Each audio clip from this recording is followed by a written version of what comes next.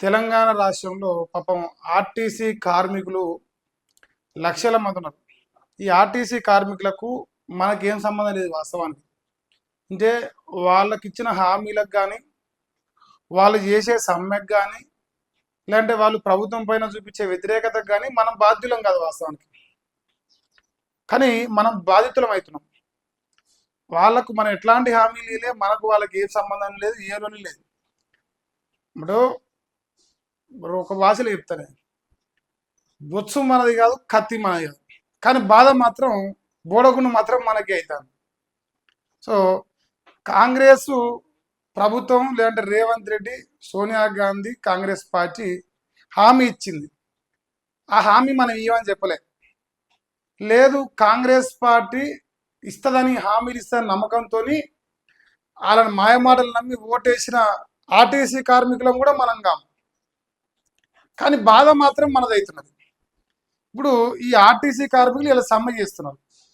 ఈ సమ్మెలో ఏ ఒక్క కాంగ్రెస్ ఎమ్మెల్యే పోయి బస్ ఎక్కుతాడు కాదు, ఏ ఒక్క కాంగ్రెస్ నాయకుడు పోయి బస్ ఎక్కి బస్సులో తిరుగుతూ కాదు. కానీ వాళ్ళకి ఏం బాధ? ఇప్పుడు బాధపడాల్సిందే మనం, ఆవేదన చెందేది మనం, ఇబ్బంది పడేది మనం. కానీ మనకేం సంబంధం లేదు. ఈ పంచాయతీలో మనం హామీ ఇచ్చిన వాళ్ళం కాదు, మనం ఓటేసిన వాళ్ళం కాదు. అంటే వాళ్ళ ప్రకారంగా మనకే గతి లేదు. ఇలా ప్రజలకు ఇచ్చిన ఈ 6 గంటలే గతి లేక మనమే కొడుకదాస్తా ఉన్నాం. దీనికి తోడు ఈ ఆర్టీసీ కార్మికులు పాపం వాళ్ళవి కూడా న్యాయమైన డిమాండ్లే. అంటే వాళ్ళు గొంతెమ్మ కోరికలు ఏం కోరతలేరు. ఏదైతే ఎన్నికల్లో వాళ్ళు చెప్పారో గదే మాది మాకు చేయదు అంటారు అంతే. పాపం మా రేవంత్ అనకు నన్ను కోసుక తింటారా, నన్ను చంపుతారా, ఏం చేస్తారా, ఈ స్టైల్ ఆఫ్ లాంగ్వేజ్ మనది. ఇప్పుడు ఏం రాసిరు ఒకసారి చూసే ముందు టైటిల్ చూడండి. సో ప్రజాపాలనలో ఆర్టీసీ బస్సులు బంద్ అని క్వశ్చన్ మార్క్ పెట్టి ఆర్టీసీ మరి బస్సు పెట్టినాయి. అలా ఇప్పుడు రాష్ట్రంలో ఒక పథకం ఉన్నది, మీ అందరికి గుర్తుండాలి. ఆ పథకం పేరు మహాలక్ష్మి. ఏ లక్ష్మి? మహాలక్ష్మి పథకం. ఒక పథకం ఉందా? జర్రాగరా ప్లీజ్. ఇగో ఈ మహాలక్ష్మి పథకం గురించి ఇవాళ మనం మొదలు మాట్లాడలే. మహిళలకు 2500 ప్రతి నెల, అదే రకంగా 500 రూపాయల గ్యాస్ సిలిండరు, ఆర్టీసీ బస్సులో ఉచిత ప్రయాణం. నిన్న మనం 2వ గ్యారంటీ రైతు భరోసా గురించి మాట్లాడినాం. ఇవాళ మొదటి గ్యారంటీ మరి ఉచిత బస్సు గురించి మాట్లాడదాం. 2500 ఇవన్నీ తర్వాత జోలి. సో ప్రస్తుతానికైతే మనం స్టిక్ ఆన్ అయి ఓన్లీ ఉచిత బస్సు గురించి మాట్లాడదాం. మరి ఆర్టీసీ కార్మికులు సమ్మె చేస్తున్నారు. ఏమక్క, ఏం చెల్లా, ఏం చిన్నమ్మ, ఏం పెద్దమ్మ, మీకు బస్సు టికెట్ తీసుకుంటారా? బస్సు టికెట్ తీసుకుంటలేరు కదా. నా పేరు చెప్పారు కదా మీరు. ఇప్పుడు ఓన్ పేరు చెప్తారు. సో ఇప్పుడు ఓన్ పేరు చెప్తారు, డిసైడ్ కాదు. ఇక ప్రభుత్వంతో చర్చలు విఫలమైనాయట. అర్ధరాత్రి నుంచి సమ్మె ప్రారంభించారు. ఆర్టీసీ బస్సులు బంద్ అయినాయి. ఉద్యోగుల విలీనానికి ప్రభుత్వం విముఖత చూపిస్తున్నది. ముగిసిన చర్చలు. ఈ ప్రభుత్వం ఎందుకు విముఖత చూపిస్తున్నది? ఇదే కాంగ్రెస్ సర్కారు కదా వాళ్ళు విలీనం చేసుకుంటారని చెప్పింది. ఈ రోజు ఎందుకు విలీనం చేసుకోని అంటుంది? అంటే ఓడ మీద ఉన్నంతసేపు ఓడ మల్లన్న, ఓడ దిగినాక బోడి మల్లన్న. దట్ ఈస్ తల్లిలాంటి కాంగ్రెస్ పార్టీ సర్కారు. ఇది మీకు క్లియర్ కట్గా అర్థం కావాలి. ఇక దానికి తోడు 4 వారాల గడువు కోరిన కమిటీ అట, అంగీకరించని ఆర్టీసీ జేఏసీ, సమ్మె సైరను మోగించిన కార్మిక సంఘాలు, నిలిచిన బస్సులు. ఈ 4 వారాల గడువు కోరిరు. ఓకే, ఇప్పుడు నమ్మకం ఉంటే మనం 4 ఇప్పుడు ఓన్కో ₹1,00,000 అప్పించినామే. ఆ ₹1,00,000 అప్పించినప్పుడు వాడు నమ్మకస్తులు అనుకోరి, సరే పట్టరా, వాడు మంచోడురా, వాడు ధర్మాత్ముడు, మనకాడ లేనట్టునే సమయానికి 4 రోజులకి ఇస్తలేం పట్టారు, మనం ఓపిక పడతాం. పుసుకున్న వాడు లంగ అనుకో, ఈ లంగ నా కొడుకు ఇచ్చిందే ఎక్కువ, ఇక మళ్ళీ ఇంక 4 రోజులు మొత్తం ఎక్కువ భయపడతాం. సో సేమ్ ఇప్పుడు మన రేవంత్ అనేది కూడా గట్టిన. ఇప్పుడు 4 వారాల గడువు ఇవ్వాలి అంటే నిన్ను ఫస్ట్ నమ్మాలి వాళ్ళు. నిన్ను నమ్మితే 4 వారాల గడువు ఇస్తారు. నువ్వు మంచోని కావచ్చు, నువ్వు దొంగోనివేనైతే దొంగకి ఎట్లు ఇస్తారా టైం? సో వాళ్ళు అందుకే టైం ఇవ్వమని చెప్పారు. దీనికి తోడు ఇలా నిన్న అర్ధరాత్రి నుంచి బస్సులు బంద్ అయినాయి. ఇలా ఎవరైతే ఈ లైవ్ చూస్తారో ఎక్కడైనా సరే ఈ రాష్ట్రంలో బస్సు తిరుగుతుందా చూపిరా. ఆర్టీసీ బస్సు అంటే మహాలక్ష్మిల బస్సు. ఇప్పుడు ఇది దీని పేరు ఏం పేరు? మాలచ్చూల బస్సులు బంద్ అయినాయి. ఇప్పుడు బందిపోట్ల బస్సులు మొదలవుతాయి. అంటే ఆర్ఎస్ ట్రావెల్సా, ఆర్ఆర్ ట్రావెల్స్, ఆర్ఎస్ ట్రావెల్స్, అడవాడు ఉంటారు కదా బ్రదర్స్, ఆర్ఎస్ బ్రదర్సా, మన పేరు ఏం పేరు అది, ఏపీలో ఉంటాడు, బస్సులు నడుపుతాడు మొదటి గడ్డపోడు. మన గడ్డపోని బస్సులు ఇసోంటి టీడీపీల బస్సులు తిరుగుతాయి. ఇప్పుడు ఏం బస్సులు? మాలచ్చిన బస్సులు పోయి టీడీపీ బస్సులు తిరుగుతాయి హైదరాబాద్. మీరు చూసుకోవాలి కావాలంటే, ట్రావెల్ చేసేటోళ్ళు మీకు ఎవరికైనా అర్థమవుతుంది. ఇక బస్సులు అయితే ఆగిపోయినాయి. సమ్మె నిర్ణయంతో ఉలిక్కిపడ్డ సర్కారట. ఆర్టీసీ యాజమాన్యం కూడా భయపడుతుందంట. సమస్యల పరిష్కారం మరింత జాప్యం కావచ్చన్న మంత్రి పొన్నం ప్రభాకర్. ప్రభుత్వం దిగి వచ్చే వరకు ఆందోళన చేస్తారట. మరి ఇప్పుడు సమస్యల పరిష్కారం ఇప్పుడు అంతా కానప్పుడు వాళ్ళు ఆటోమేటిక్గా వాళ్ళ నిర్ణయం వాళ్ళు తీసుకుంటారు. సో ఇప్పుడు ప్రభుత్వం దిగి వచ్చే వరకు ఈ ఆందోళన ఆగదు. కార్మిక సంఘాలు ప్రకటిస్తున్నాయి. అంటే గతంలో కల్వకుంట్ల చంద్రుడు 52 రోజులు 53 రోజులు చేసినా కూడా కనికరించలే. నడి బజార్లో సచ్చినా చూడలే అలా ముఖం మూతబరి అప్పుడు. సో ఆయనకి ఏ గతి పెట్టింది ఇలా చూస్తాను. ఆయనకి ఇట్నే ఎగిరిండు, ఇలా ఆయనకి ఏ గతి పెట్టింది చూస్తాను. సో రేపు భవిష్యత్తులో మా నల్లమల పులి ఫ్యూచర్ కూడా నాకు కనిపిస్తాను. నీ ఫ్యూచర్ నాకు కనిపిస్తాను అన్న. ఇప్పుడు వాళ్ళు సమ్మె ఆపరు, నువ్వు పట్టించుకోవు, ఏం చేస్తారా, నన్ను కోసుకు తింటారా, నన్ను చంపుతారా మీరు. సో ఈ రకమైన స్టేట్మెంట్స్ మా అన్నగారి ఉంటాయి. సో ఇప్పుడు ఇవన్నీ సందర్భాల్లో ఈ ఆర్టీసీ కార్మికులు ఇలా రోడ్ల మీదకి వస్తారు. వాళ్ళు వంట వార్పు పెడతారా, ఇంకో వార్పు పెడతారా, ఫైనల్ అయితే చర్చలు ఫలించలే, వాళ్ళు సమ్మెకు దిగిరు. ఇలా నేను రాత్రికి వెళ్ళి మొదలైంది. ఇప్పుడు బస్సులు బంద్. రాష్ట్ర వ్యాప్తంగా ఏ ఒక్క ఆర్టీసీ బస్సు కూడా ఈరోజు రోడ్డు మీదకి రాదు కూడా. పోనీ దీనికి ఒక డెడ్ లైన్ ఉందంటే లేదు. ఆయన ఏమో ఇప్పుడు అంతా సమస్యలు పరిష్కారం కావంటాం. వీళ్ళేమో సమస్యలన్నీ పరిష్కరించేంత వరకు మేము బస్సులు నడపమంటారు. ఇది ఎట్లా నడపాలి? ఇప్పుడు కేసీఆర్ ఇన్స్పిరేషన్ తీసుకొని ప్రైవేట్ బస్సులో డ్రైవర్లను తీసుకొచ్చుకొని పెట్టుకోరు. తెలుసు కదా, సెల్ఫ్ డిస్క్వాలిఫికేషన్ ఏదో పెట్టింది కదా గతంలో కేసీఆర్. మీరు అట్లా పెట్టుకోరు ఇంకొచ్చి. సో వీళ్ళందరూ ఉద్యోగాలకు వెళ్ళి తీసేసి కొత్త వాళ్ళని రిక్రూట్ చేసుకోవాలి. కానీ ఇక్కడ మనం ఒక పాయింట్ మాట్లాడలేదు. ఆర్టీసీ కార్మికులకి సంబంధం చూస్తే రైతాంగానికి, ప్రజలకు రోజు ఈ ఆర్టీసీ బస్సుల్లో ఎక్కి తిరిగేటలకు కోపం వస్తుంది.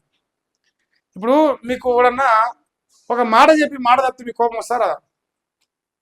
అది అధికారం కోసం, గద్దెనెక్కడం కోసం ఒక ఎమ్మెల్యేనో ఒక ఎంపీనో మీ నియోజకవర్గంలోనో మీ ఊర్లోనో ఇంకెక్కడో మీకు సంబంధించిన ప్రాంతంలో ఒక హామీ ఇస్తా, ఇది అమలు చేస్తా అని చెప్పేసి ఎన్నికల్లో చెప్పి గెలిచిన తర్వాత చేయకపోతే మన మీద కోపం వస్తారా? వస్తుంది కదా. సో వీళ్ళది కూడా అదే డిమాండ్. వీళ్ళు ఎన్నికల సమయంలో వాళ్ళకి ఇచ్చిన డిమాండ్నే ఈరోజు సాల్వ్ చేయమని అడుగుతారు. కొత్తగా గొంతెమ్మ కోరికలు కోరతలేరు. మరి ఇప్పుడు ఇది ప్రజాపాలన ప్రభుత్వం. ఏం పేరు?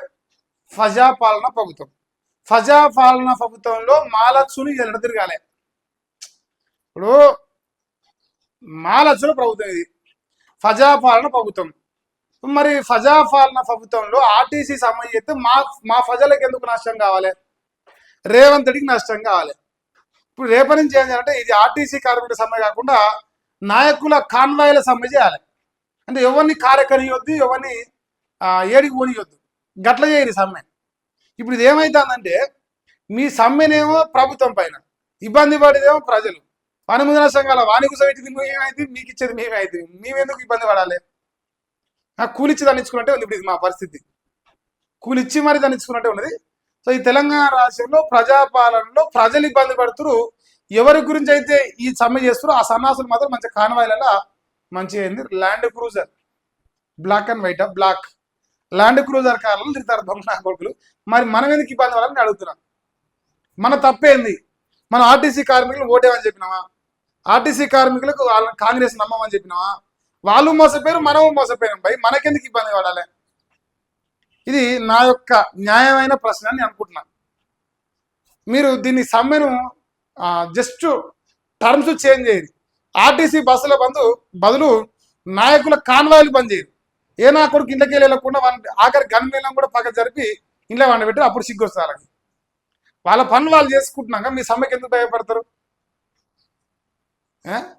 సో ఇప్పుడు మొత్తానికైతే కానరాని ప్రత్యామ్నాయ ఏర్పాట్లంట ప్రయాణికులకు రవాణా కష్టాలు ఏర్పడబోతున్నాయి. ఇక దుబ్బాక డిపో ఎదుట మంగళవారం అర్ధరాత్రి ఆందోళనకు దిగిన ఆర్టీసీ కార్మికులు. ఈ పత్తిత్తు ఈ పతివత పేపర్ నమస్తే తెలంగాణ నా అంత పత్తి తేలేడమ్మా అని ఇలా రాసుకొచ్చింది. మీరు చేసిన లుచ్చ పని మర్చిపోయారా? మీరు ఈ ఆర్టీసీ కార్మికుల పంచాయతీలు వెళ్ళి మొదలైతే మీ ప్రభుత్వంలో సిగ్గిలేనమ్మ నాకేమి సిగ్గి అన్నట్టు రాసుకొచ్చుకుంది. ఈ దరిద్రులే కదా ఈ నమస్తే తెలంగాణ, ఈ బీఆర్ఎస్, ఈ కేసీఆర్, ఈ కిరాతకులే కదా ఇలా ఈ ఆర్టీసీ కార్మికులను వందల మంది చస్తున్న అతి కిరాతకునిగా చూస్తూ వదిలిపెట్టారు. ప్రైవేటు డ్రైవర్లు తెచ్చి నడిపించారు.